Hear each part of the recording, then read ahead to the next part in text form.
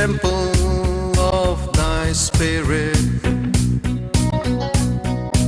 Let my spirit feel the warmth of your embrace. Let me be a holy habitation where your spirit is pleased to dwell.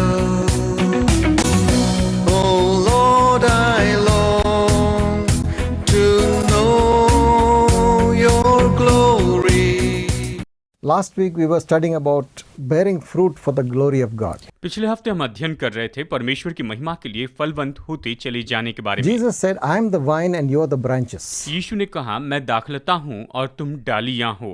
Whichever branch abides in me will bear fruit. Whichever branch does not abide in me will not bear fruit. जो डाली मुझ में बनी रहती है वो फलवंत होती है और जो डाली मुझ में नहीं बनी रहती है वो फलवंत नहीं होती है, ऐसे उसने कहा। It is important that every branch should bear fruit. और ये बहुत ही महत्वपूर्ण है कि हर एक डाली जो है वो तो फलवंत होती जाए, Otherwise, that branch will be cut off and cast away. नहीं तो फिर वो डाली काट दी जाएगी और वो फेंक दी जाएगी। If we think that, oh, just I have accepted Jesus Christ, I don't have to do anything more, I'll go to heaven, I think we must be careful. और अगर हम ये कहते हैं कि ठीक है, मैंने यीशु मसीह को स्वीकार किया और मैं तो स्वर्ग में चले जाऊंगा, ऐसी बातों से हमें सावधान रहना चाहिए। Because Jesus very clearly said, प्रभु यीशु ने स्पष्ट कहा है, My Father is the husbandman, God is the gardener. मेरा जो पिता है वो तो माली है, परमेश्वर माली है I am the vine, और मैं दाखलता हूँ, उसने कहा, you are a branch. और तुम डालियां हो। But if you don't bear fruit, you will be cut off and cast away. लेकिन अगर तुम फलवंत नहीं होगे तो तुम्हें काट दिया जाएगा और तुम्हें फेंक दिया जाएगा। Many times, many people become members of the vine, but they don't bear any fruit. देखिए, कई बार ऐसा होता है कि बहुत से लोग दाखलता के सदस्य बन जाते हैं लेकिन कोई फलवंत नहीं होता है। It's a dangerous thing. ये खतरनाक बात है। Because what God has said in the Bible will come to pass. जो कुछ परमेश्वर ने बाइबल में कहा है वो तो जरूर पूरा होगा। All of us will be judged according to the Bible. Bible के अनुसार हम सभी लोगों का न्याय होगा। Word of God has given us God's will and God's mind. We can learn from the Word of God. परमेश्वर के वचन में परमेश्वर के मन के बारे में और उसकी इच्छा के बारे में बताया गया है, हम इसके बारे में पढ़ सकते हैं।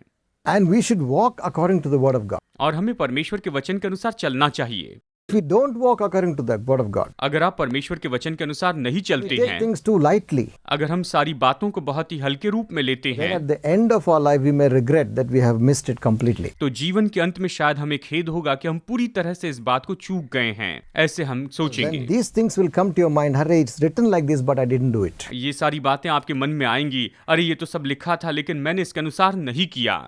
The first area we saw that we should bear fruit was पहला क्षेत्र जिसके बारे में हमने देखा कि हमें फलवंत होना चाहिए वो है the fruit of repentance. वो है पश्चाताप का फल होना चाहिए।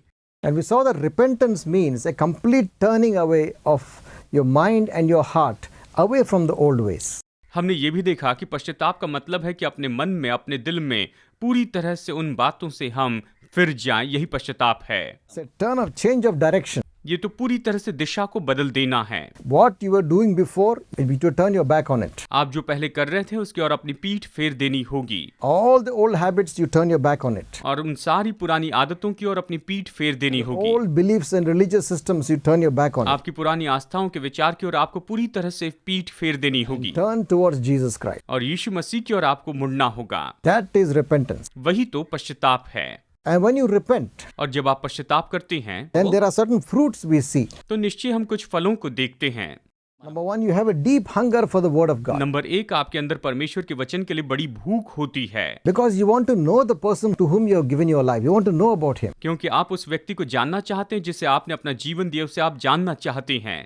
The second thing, you have a deep desire to talk and communicate with him. और दूसरी बात यह है कि आपके अंदर में गहरी इच्छा होती है कि आप उससे बातचीत करें, आप उससे You वार्तालाप करें spend time in worshiping and praising God and praying to him. और आप परमेश्वर से प्रार्थना करने, उसकी स्तुति आराधना करने में समय बिताते चली जाती हैं। And God also will speak to you. और परमेश्वर भी आपसे बातें करेगा, Give you his thoughts. वो आपको अपने विचार देगा, He will give you visions and dreams. He will talk to you in many ways. He वो has. आपको दर्शन और सपने देगा, बहुत से अलग अलग तरीके से वो आपसे बातें करेगा। And the third thing, you have a deep desire to fellowship with other Christians. और तीसरी बात यह है कि दूसरे विश्वासियों के साथ में संगति करने में आपके अंदर में गहरी इच्छा होगी। Old friendships and bad friendships, you will have no interest. पुरानी दोस्ती और बुरे दोस्तों में आपके अंदर में कोई दिलचस्पी नहीं रहेगी। You will long to be with others who are in the same family of God. आप दूसरे लोग जो कि परमेश्वर के परिवार में हैं, उनके साथ संगति करना चाहेंगे। Fourth thing is your nature will change, your attitudes will change. और चौथी बात है कि आपका स्वभाव या कहिए आपका जो व्यवहार है वो पूरी तरह से बदल जाएगा। And these are the fruits that come because of true repentance. और ये सारे ऐसे फल हैं जो सच्चे पश्चाताप के कारण ही आते हैं। So there's the first area that you must bear fruit of repentance. और ये तो सच में पहला क्षेत्र है जहाँ पर हमें पश्चाताप के सही फलों को धारण करना है।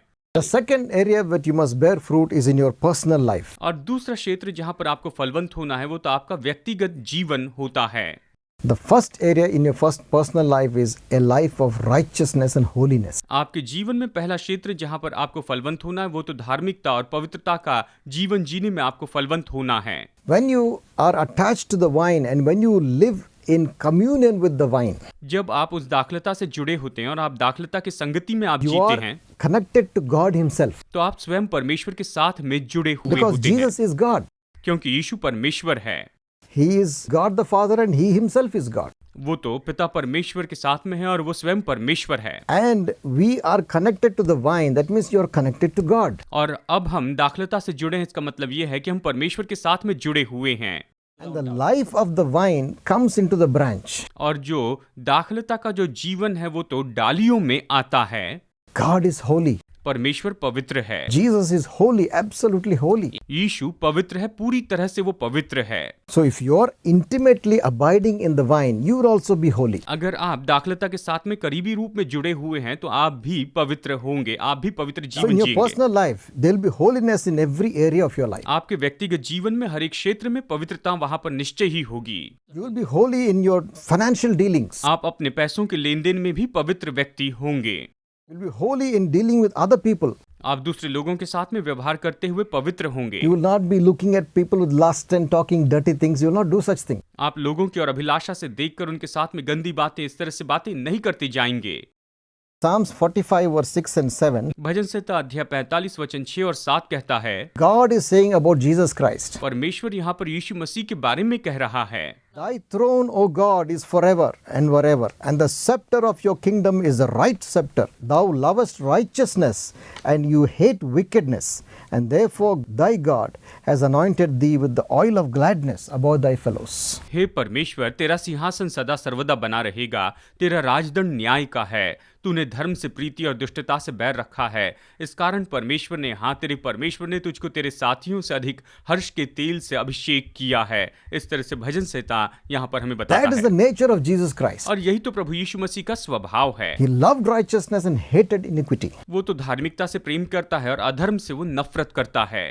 And if you are connected to the vine, और अगर आप दाखलता के साथ में जुड़े हुए हैं and if His life is flowing through you, और उसका जीवन आपके द्वारा बहते चली जाता है, you will also be holy. तो आप भी पवित्र You will होंगे। hate wickedness, आप भी दुष्टता से नफरत करने and वाले you will होंगे love righteousness. और आप धार्मिकता से प्रेम करेंगे। In 1 Peter chapter 1, verse 15 and 16, पहला पत्रस अध्याय 1 वचन 15 और 16 में हम इस तरह से देखते हैं, Bible says, As he which has called you is holy, so be ye holy in all manner of conversation, because it is written, Be holy, for I am holy.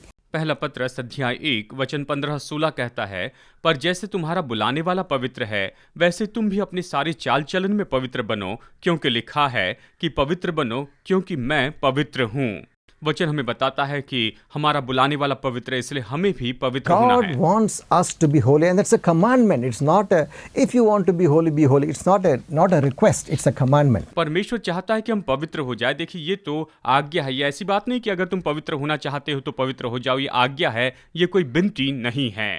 इस तरह से परमेश्वर हमें यहाँ पर बताता है When God gives a commandment, you have to obey it. जब परमेश्वर आज्ञा देता है तो हमें निश्चय इस बात को मानना ही होगा। If you are living an unholy life and living a compromising life, then you are not attached to the vine. You are not living in the vine. अगर आप अपवित्र जीवन जी रहे हैं और आप समझौते का जीवन जी रहे हैं तो आप दाखलता के साथ में जुड़े नहीं हैं, आप उससे अलग हैं। And if you allow sin to remain in your lives and block you from that fellowship with the vine, the danger of being cut away is there for you. अगर आप अपने जीवन में पाप को ऐसे बने रहने देंगे और पाप को अपने जीवन में ऐसे रखे रहेंगे तो ये खतरा होता है कि किसी भी समय आपको छांट कर अलग कर दिया जाएगा।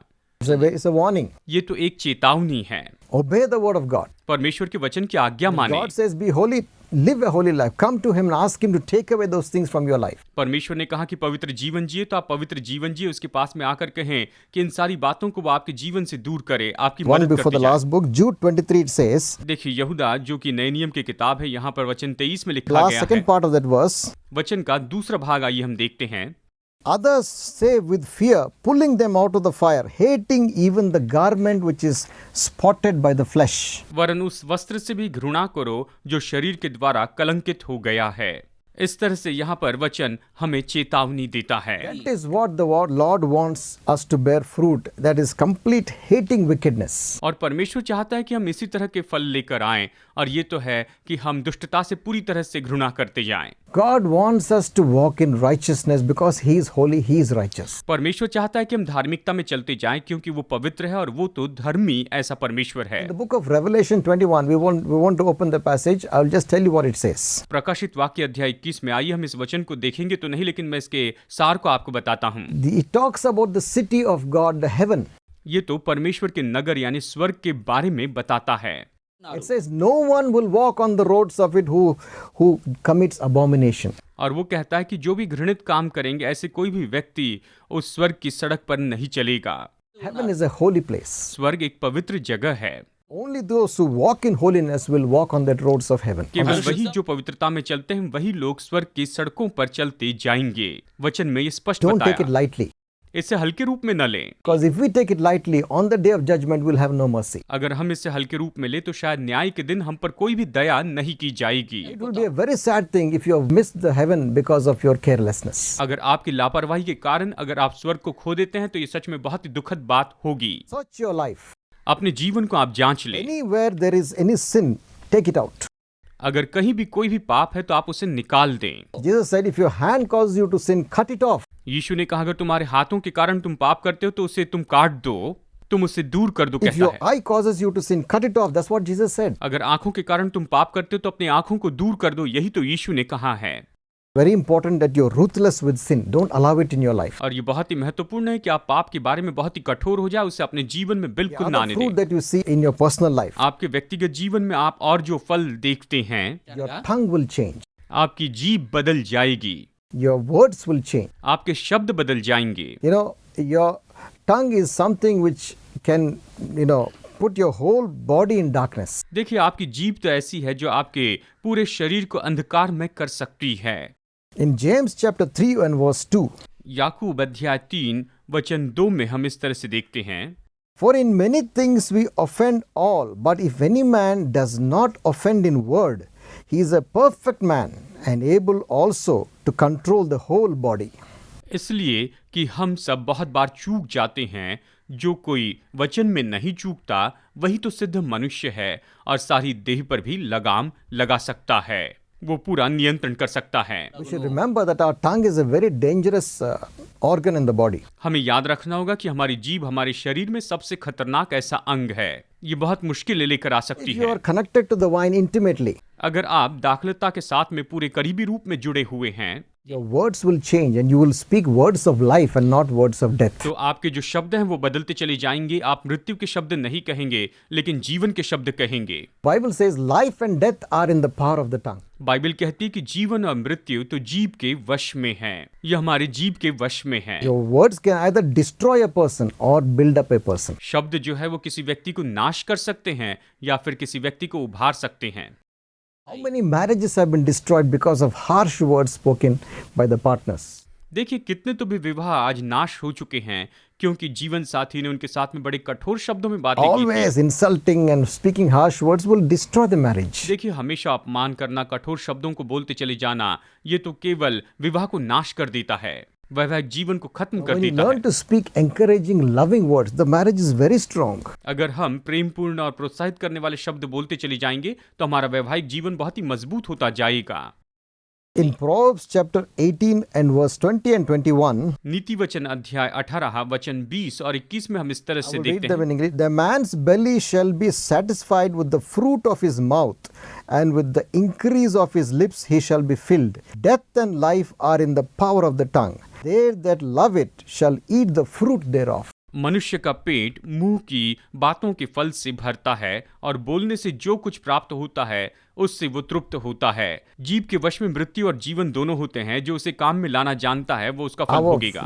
tongue should bring forth good fruit. जो जीभ है वो तो अच्छे फल लेकर आने वाली हो। How many people have no control on what they speak? देखिए बहुत से लोग वो जो कहते हैं उसके ऊपर कोई भी नियंत्रण नहीं रखते हैं, They speak very harshly. वो बहुत कठोरता से कहते जाते हैं, They will curse people. वो लोगों को श्राप देते हैं At the same time, they will bless God. और साथ साथ में परमेश्वर को धन्य कहते हैं। James says, how can the same fountain bring forth salt water and sweet water? How can it be? याकूब कहता है कि ये कैसे हो सकता है कि एक ही सोते से नमकीन पानी, खारा पानी निकले और उसी सोते से मीठा पानी भी निकले। How can you bless God and curse man who's made in the image of God? कैसे हम परमेश्वर को धन्य कहते हुए उस मनुष्य को कोस सकते हैं जो कि परमेश्वर के स्वरूप और समानता में बना है। Many times our words have destroyed people's lives. कई बार तो हमारे शब्दों ने लोगों के जीवन को नाश कर दिया है। Gossiping has destroyed people. लोगों के पीठ पीछे बोलकर उनके ऊपर दोष लगाने ने लोगों को नाश किया है। It is important that we bring forth the right fruit from our mouth. और ये बहुत ही जरूरी है कि हम अपने मुंह से बिल्कुल सही फलों को लेकर आएं। Our words should be anointed by the Spirit of God. हमारे शब्द जो हैं ये तो पवित्र आत्मा के द्वारा अभिषेक पाई शब्द होने पाए। A wholesome tongue, the Bible says, is a tree of life. Bible कहती है कि जो परिपूर्ण जीव है ये तो निश्चय जीवन का पेड़ होती है। Now, Ephesians chapter 4 and verse 29 gives a very neat description of what should happen to your tongue. इफिसियों अध्याय 4 वचन 29 बहुत ही स्पष्ट रूप में बताता है कि आपकी जीभ के साथ में क्या होना चाहिए। Ephesians 4:29 says, "Let no corrupt communication proceed out of your mouth, but only that which is good to the use of edifying, that it may minister grace unto the hearers." कोई गंदी बात तुम्हारे मुंह से न निकले, पर आवश्यकता के अनुसार वही जो उन्नति के लिए उत्तम हो, ताकि उससे सुनने वालों पर अनुग्रह हो। इस तरह से वचन कहता है, जिससे सुनने वाले पर अनुग्रह हो। It is very important that when you connected to the vine and deeply abiding in the vine, that your words will change. और ये बहुत ही महत्वपूर्ण है जब आप दाखलता के साथ में जुड़े होते हैं और उस समय आपके शब्द जो है वो तो निश्चय ही बदल जाती हैं।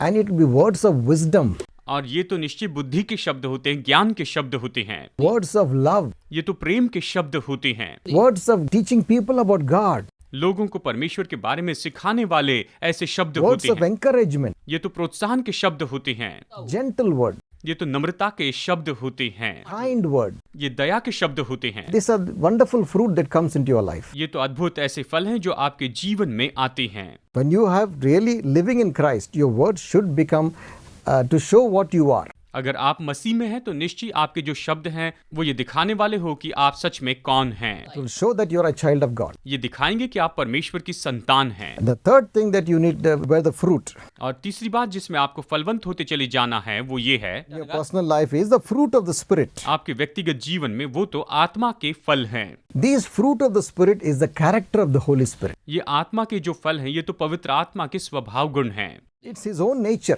ये तो उसका खुद का स्वभाव है। So when He comes into your life, the Spirit of God fills you, और जब वो आपके जीवन में आता है परमेश्वर की आत्मा आपको भर देती है and you're walking in abiding in Christ. और आप मसीह में रहते हुए अपने जीवन में चलते Then the जाते हैं, nature of the Holy Spirit is manifested through your life. तो आपके जीवन के द्वारा पवित्र आत्मा का स्वभाव जो है वो तो प्रकट होते जाता है। And what is this character of the Holy Spirit? और पवित्र आत्मा का ये चरित्र क्या है? In Galatians chapter 5 verse 22 to 23, गलातियों अध्याय 5 वचन 22 और 23 में हम इस बात को देखते हैं। the fruit of the Spirit is love, joy, peace, long-suffering, gentleness, goodness, faith, meekness, self-control. Against such there is no law. अब आत्मा का फल तो प्रेम, आनंद, मेल, धीरज, कृपा, भलाई, विश्वास, नम्रता और संयम है। और ऐसे ऐसे के बारे में कोई भी इनके विरुद्ध में कोई भी व्यवस्था नहीं है, इस तरह से वचन कहता है। These fruit will come into your life as you maintain that close walk with God. और जैसे आप परमेश्वर के साथ में करीबी रूप में चलते चले जाते हैं, तो ये जो फल हैं ये आपके जीवन में प्रकट होंगे। Because the life of the vine is coming into the branch. क्योंकि जो दाखलता का जीवन है वो यहाँ पर डाली में आ जाता है। And in this life, all these characters are there. और इस जीवन में ये सारे चरित्र वहां पर पाए जाते हैं। As we grow in fellowship with Christ, और जैसे हम मसीह के साथ में संगति में बढ़ते चले जाते हैं, as we leave aside all the things that are disturbing us and pulling us down, और जो सारी बातें हमें परेशान करती हैं, हमें नीचे खींचती हैं, उन सारी बातों को जब हम दूर कर these देते, qualities and these fruit will be evident in our life. तो ये विशेषताएं और ये जो फल हैं ये हमारे जीवन में निश्चय ही प्रकट होते जाएंगे। As Jesus said in John 15, we read in the beginning, और जैसे हमने शुरू में पढ़ा यूहन्ना 15 में, यीशु ने इस तरह से कहा, He said, abide in me. As a branch that cannot bear fruit by itself except it abides in me. वो कहता है तुम मुझ में बने रहो, जैसे कि डाली दाखलता से जुड़े बिना फलवंत नहीं हो सकती है। Maintain that fellowship with Jesus. और इसलिए यीशु के साथ की संगति को आप बनाए The Lord रखें। spoke to me one day. परमेश्वर ने मुझसे एक दिन बातें की। I was spending some time in the presence of God. मैं परमेश्वर की उपस्थिति में समय बिता रहा था। And the Lord told me, और परमेश्वर ने मुझसे कहा, thoughts were coming into my mind. ये विचार मेरे मन में आने लगे। See, God speaks to you, spontaneous thoughts will come into your mind. देखिए, जब परमेश्वर आपसे बातें करता है तो आपके मन में बहुत से विचार निरंतर आते चली जाती हैं। आप में विचार आते And the हैं। Lord told me, और परमेश्वर ने मुझसे says, कहा, son, मेरे बेटे, don't neglect this time you are spending in my presence. मेरी उपस्थिति में ये जो समय तुम बिता रहे हो, इसे तुम अनदेखा मत करो। Come before me every day. हर एक दिन मेरे सामने आते And चले he said, जाओ। as you spend time in my presence, उसने कहा, जैसे तुम मेरी उपस्थिति में समय बिताते जाते I will हो, transform you. तो मैं तुम्हें बदल दूंगा। My nature will be formed in you. मेरा स्वभाव तुम्हारे अंदर में बनाया You जाएगा। will bear the fruit of my spirit. और तुम मेरी आत्मा के फलों को धारण करते Your चले जाओगे। words will have authority. और तुम्हारे शब्दों में अधिकार होगा। Satan will recognize you. शैतान तुम्हें पहचान लेगा। He will obey when you command him. और जब तुम उसे आज्ञा दोगे तो वो तुम्हारी बात मानेगा। Because my authority will be upon you. क्योंकि मेरा अधिकार तुम्हारे ऊपर में This is होगा। what he told me. उसने मुझसे यही तो कहा। So, spending time in the presence of God is abiding in Christ, being in his presence. और इसलिए परमेश्वर की उपस्थिति में समय बिताने का मतलब है मसीह में बने रहना, उसके साथ में समय बिताते चले जाना। Spend time meditating on the word of God, much time. परमेश्वर के वचन पर मनन करते हुए बहुत ज्यादा समय बिताए। Worship the Lord and enjoy his presence. परमेश्वर की आराधना करें, उसकी उपस्थिति का आनंद उठाते चले The जाएं। more time you spend with him, the more he will be transforming you. और जितना ज्यादा आप उसके साथ में समय बिताएंगे उतना ज्यादा वो आपको बदलते चला जाएगा। The more he will be, your nature will be changing. और उतना ज्यादा आपका जो स्वभाव है वो तो बदलते चला You will जाएगा। become like Christ. आप मसीह के जैसे होते चले That is जाएंगे। the plan of God. यही तो परमेश्वर की योजना That the है। church should be edified until it comes to the full stature of Christ. और जो कलीसिया है वो तो निश्चय ही बढ़ते चले जाए जब तक कि मसीह के पूरे डिलडॉल को वो प्राप्त न कर He ले। wants all of us to reflect Jesus Christ. वो चाहता है कि हम सब लोग प्रभु यीशु मसीह को दर्शाते चले जाए। He wants all of us to bear the fruit of the Holy Spirit. वो चाहता है कि हम सब पवित्र आत्मा के फलों को धारण करते So जाए, that we will be a blessing to the people who are in darkness. ताकि जो लोग अंधकार में हैं उन लोगों के लिए हम आशीष हो जाएं And they will see Jesus in us. और वो हम में यीशु को देखने पाए। That is very important. ये बहुत ही We महत्वपूर्ण should है। not live in such a way that they will curse Jesus, but they rather that they will come to Jesus. हमें इस तरह का जीवन नहीं जीना चाहिए कि वो यीशु को कोसे, लेकिन ऐसा जीवन जीना चाहिए कि वो यीशु के पास में खींचे चले आए। इस तरह का जीवन हमें लोगों के सामने जीते चले जाना है। I want to ask you, मैं अभी आपसे एक सवाल पूछना चाहता हूँ। are you connected to Jesus or you are still not in the kingdom? क्या आप यीशु के साथ में जुड़े हुए हैं या अभी भी प्रभु के राज्य में नहीं हैं? Are you still outside? क्या अभी भी आप बाहर ही हैं? There are two kingdoms. केवल दो ही राज्य हैं। The kingdom of darkness एक तो अंधकार का राज्य है that goes to hell. जो कि नरक में जाता है। Satan is in that kingdom. शैतान उस राज्य में है। All the evil spirits are in that kingdom. सारी दुष्ट आत्माएं केवल उसी राज्य में हैं। And those who live in that kingdom